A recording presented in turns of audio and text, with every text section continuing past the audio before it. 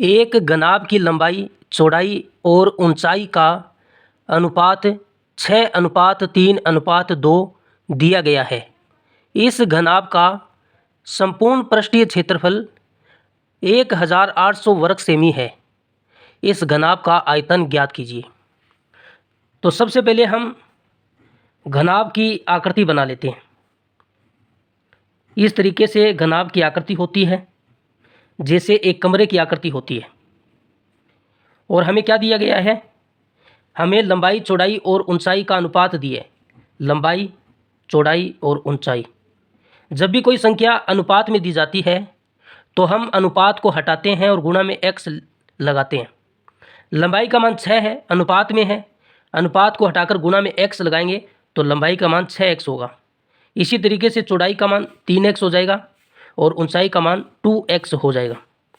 और हमें क्या दिया है? घनाभ का संपूर्ण पृष्ठीय क्षेत्रफल दिया है।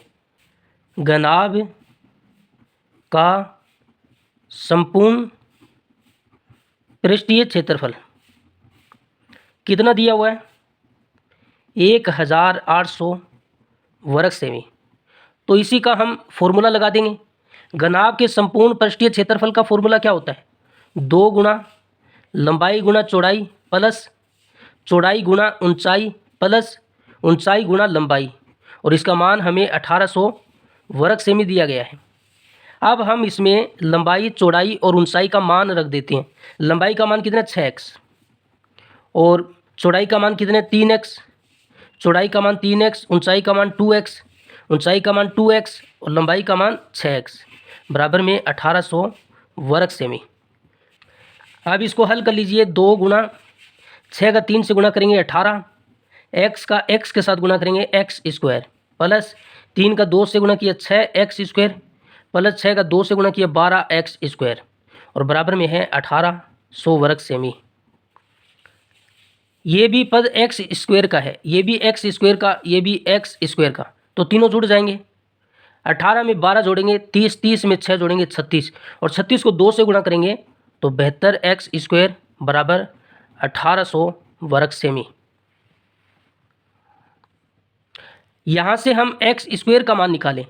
ये 72 गुणा में है, उधर जाएगा तो इसके भाग में चला जाएगा।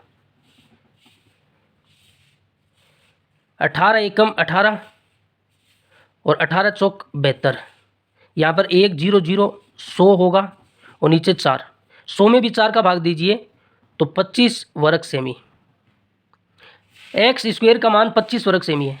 यहाँ से हम x का मान निकालें, ये वर्ग हटाएं तो इस पर वर्गमूल लग जाएगा 25 वर्ग सेमी।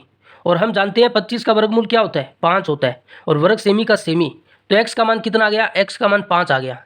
ये मान हम यहाँ पर रख देते हैं। x का मान 5 रखेंगे, 5 का 6 से गुणा करेंगे तो 30 आएगा, सेमी में है।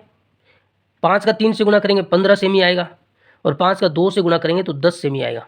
तो लंबाई, चौड़ाई और ऊंचाई का मान आ गया। हमें क्या निकालना है? हमें घनाभ का आयतन निकालना है। घनाभ का आयतन, और घनाभ के आयतन का फॉर्मूला क्या होता है? लंबाई गुणा चौड़ाई गुणा ऊंचाई होता है। लंबाई का मान हमारे पास कितना? 30, चौड़ाई का मान 15 और ऊंचाई का मान 10, और आयतन है तो सेमी क्यूब होगा। गुणा कर लीजिए।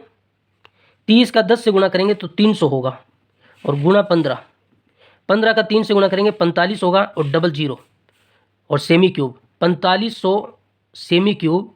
ऑप्शन सी इसका सही होगा।